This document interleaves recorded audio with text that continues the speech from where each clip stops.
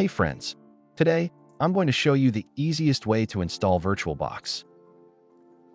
Click on the first option. Then, go to the download button at the top.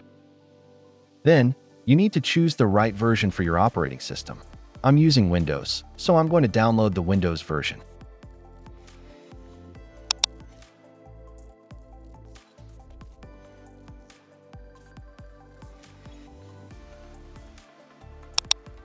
All you have to do now is just press Next and leave everything as default.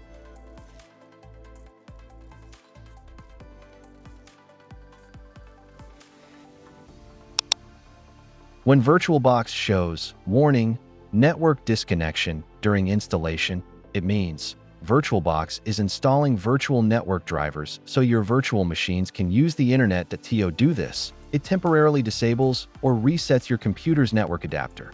This may cause a brief drop in your internet or network connection, but it's normal and not a problem. After installation, your network will go back to normal. In short, the installer is just telling you that it may temporarily disconnect your internet while setting up its network drivers.